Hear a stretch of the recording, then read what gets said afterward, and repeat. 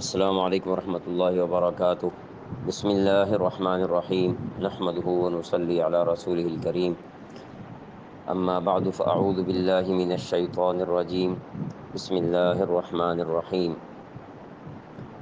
کیف تکفرون باللہ وکنتم امواتا فاحیاکم ثم یمیتکم ثم یحییکم ثم الیہ ترجعون۔ صدق اللہ العظیم۔ آج انشاءاللہ سورۃ البقرہ کی آیت نمبر 28 سے ابتدا کریں گے۔ کیفا کس طرح، تکفرون تم کفر کرتے ہو، باللہ اللہ تعالیٰ کا، وکنتم اور تم تھے، امواتن بے جان، فاحیاکم سو اس نے تمہیں زندگی بخشی، ثم یمیتکم پھر وہ تمہیں مارے گا، ثم یحییکم پھر تمہیں زندہ کرے گا، ثم الیہ ترجعون تم پھر اسی کی طرف لوٹائے جاؤ گے۔ لفظی ترجمے کے بعد یہاں اس کے حوالے سے ہی کچھ باتیں یہاں وضاحت کرنی ضروری معلوم ہوتی ہیں کہ یہ لفظ کیفا جو ہم نے پڑھا ہے، تو قرآن کریم میں بہت سے مقامات پر کیفا کا لفظ استعمال ہوتا ہے۔ اس کا معنی ہم نے کیا کس طرح یا کیسے۔ یہ عرب لوگ عام طور پر حال وال پوچھنے ہو تو کیفا حالک بولتے ہیں، تمہارا حال کس طرح ہے، کیسا ہے۔ تو قرآن کریم میں اکثر و بیشتر جہاں یہ کیفا کا لفظ استعمال ہوتا ہے تو یہ اس کے اندر عموماً تنبیہ کا مفہوم پایا جاتا ہے۔ جیسے ہم اپنی زبان میں اگر کسی کو تنبیہ کرنا چاہیں، کوئی کسی بندے سے کوئی کوتاہی ہو، غلطی ہو، اس کو کہا جاتا ہے کہ تم نے یہ کیسے کیا، کس طرح کر لیا تم نے یہ۔ مثلا ایک مالک جب وہ نوکر کو بات سمجھاتا ہے، اپنے ماتحت کو سمجھاتا ہے، اور اس نے کوئی بھاری غلطی کی ہے مالک کے سامنے یا اس کے معاملات میں، تو اس کو کہتا ہے تم نے ایسا کیا کیوں، کس طرح کیا تم نے، یہ تمہارا کرنا بنتا نہیں تھا۔ اس کو یوں ہم کہہ سکتے ہیں، تمہارا کرنا یہ بنتا نہیں تھا جیسے تم نے کیا، تمہیں ایسا کرنا نہیں چاہیے تھا۔ تو وہ اس میں تنبیہ کا پہلو جو ہے وہ پایا جاتا ہے۔ تو باقی یہاں کچھ درجے بتائے جا رہے ہیں۔ فرمایا کہ تکفرون باللہ تم کفر کرتے ہو اللہ تعالیٰ کا، یعنی مانتے نہیں ہو، وکنتم اور تم تھے، امواتن بے جان۔ آپ کو یاد ہے پیچھے ان الذین کفروا سے ہم نے جو دوسری انسانوں کی درجہ بندی بتائی تھی، اس میں کفار کا ذکر کیا گیا تھا۔ اب ان کو سمجھایا جا رہا ہے، تنبیہ کی جا رہی ہے کہ تم کس بنیاد پر انکار کرتے ہو اللہ تعالیٰ کا، کہ تم تو تھے بے جان، یعنی ابھی تک تمہاری بنیاد ہی نہیں رکھی گئی تھی، تمہارا وجود ہی نہیں تھا۔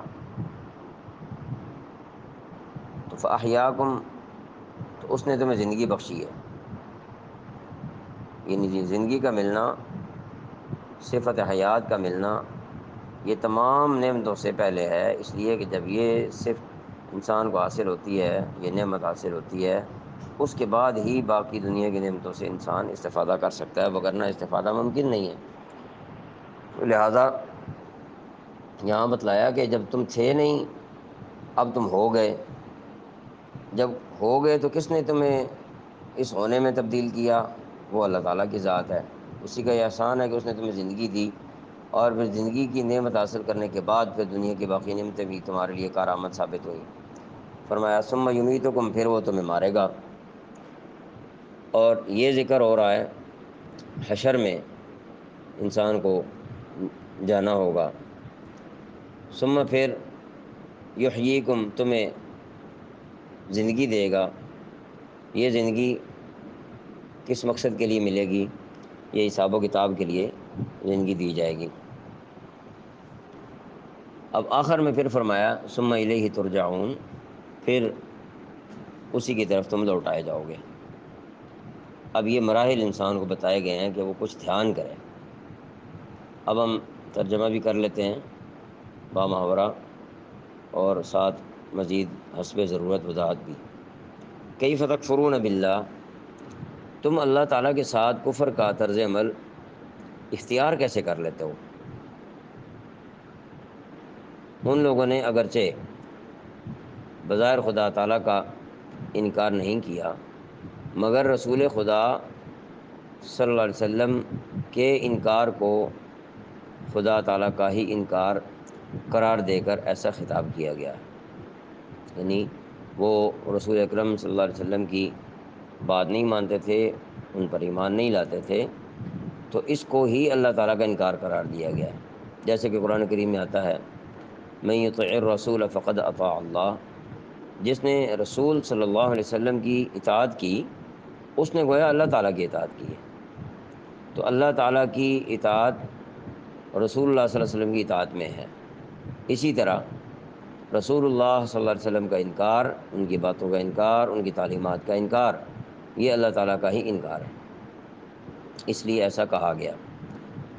وَكُنْتُمْ أَمْوَاتًا فَأَحْيَاكُمْ، حالانکہ تم بے جان تھے اسی نے تمہیں زندگی بخشی، یہ اس کا احسان ہے تمہارے اوپر۔ ثُمَّ يُمِيتُكُمْ ثُمَّ يُحْيِيكُمْ، پھر وہی تمہیں موت دے گا، پھر وہی تم کو زندہ کرے گا، یعنی دوبارہ اٹھائے گا۔ ثُمَّ إِلَيْهِ تُرْجَعُونَ، اور پھر تم اسی کے پاس لوٹ کر جاؤ گے۔ یہاں ایک بڑی اہم بات پتہ چل رہی ہے اس آیت مبارکہ سے، کہ اس آیت مبارکہ میں موت کو بھی نعمتوں کی فہرست میں شمار کیا گیا ہے، اس لیے کہ یہ دنیا کی موت دروازہ ہے اس دائمی زندگی کا جس کے بعد موت نہیں ہے۔ اس لحاظ سے یہ موت بھی ایک نعمت ہے کہ انسان دائمی نعمتوں کی طرف چل نکلتا ہے۔ آیت نمبر 29، هو الذی خلق لکم ما فی الارض جمیعا ثم استوى الى السماء فسواهن 7 سماوات وهو بكل شیء علیم۔ ہوا وہ الذی، جس نے خلق پیدا کیا، لکم تمہارے لیے، ما جو فی الارض زمین میں، جمیعاً سب کا سب، ثم پھر استوا متوجہ ہوا الی السماء آسمان کی طرف، فسواہن ان کو ٹھیک بنا دیا، 7 سماوات 7 آسمان، وہوا اور وہ بکل شیء علیم ہر چیز کا جاننے والا ہے۔ با محاورہ ترجمہ یوں کریں گے هو الذی خلق لکم ما فی الارض جمیعا، وہی ہے یعنی وہ اللہ تعالیٰ کی ذات جس کا تذکرہ اوپر ہوا ہے، جس کی طرف لوٹ کر جانے کی بات کی گئی ہے، وہی ہے جس نے زمین میں جو کچھ ہے تمہارے لیے پیدا کیا۔ اگر آپ غور فرمائیں تو پیچھے جہاں یا ایھا الناس اعبدوا کی بات شروع ہوئی تھی، ابتدائی پیغام وہاں سے شروع ہوا ہے قرآن کریم کا، لوگوں کی قسمیں بیان کرنے کے بعد۔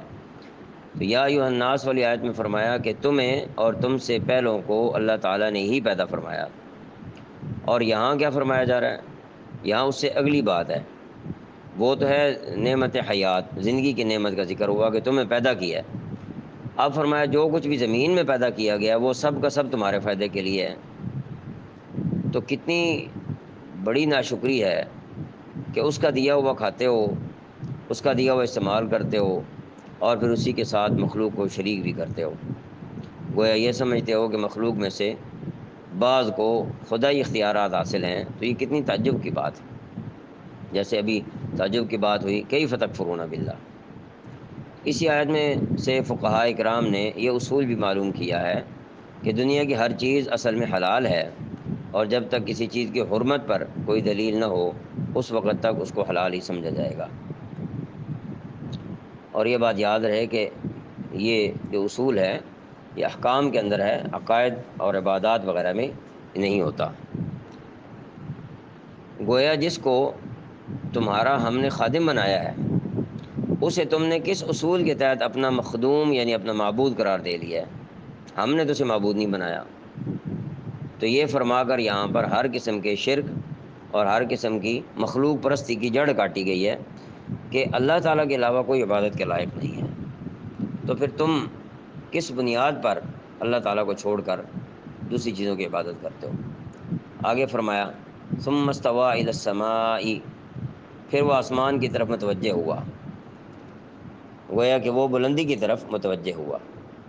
بلندی کی طرف اللہ تعالیٰ کی ذات گرامی کس حالت اور کس کیفیت میں متوجہ ہوئی، یہ بات انسانی عقل سمجھنے سے قاصر ہے، اس میں نہیں آ سکتی، کیونکہ اللہ تعالیٰ اجسام سے اور ان کی سمتوں سے اور ان کی ہر قسم کی نوعیت سے اللہ تعالیٰ کی ذات برا ہے، یعنی اس سے پاک ہے۔ تو اس لیے یہاں پر ہم یہ سمجھیں گے کہ اللہ تعالیٰ کی ذات نے آسمان کی طرف توجہ فرمائی، یعنی بلندی کی طرف متوجہ ہو گئی۔ فسواہن سبع سماوات، چنانچہ ان کو 7 آسمانوں کی شکل میں ٹھیک ٹھیک بنا دیا۔ یہاں سے پتہ چلا کہ آسمان 7 بنائے گئے ہیں۔ وہو بکل شیء علیم، اور وہ ہر چیز کا پورا پورا علم رکھنے والا ہے۔ اللہ تعالیٰ عمل کی توفیق عطا فرمائے۔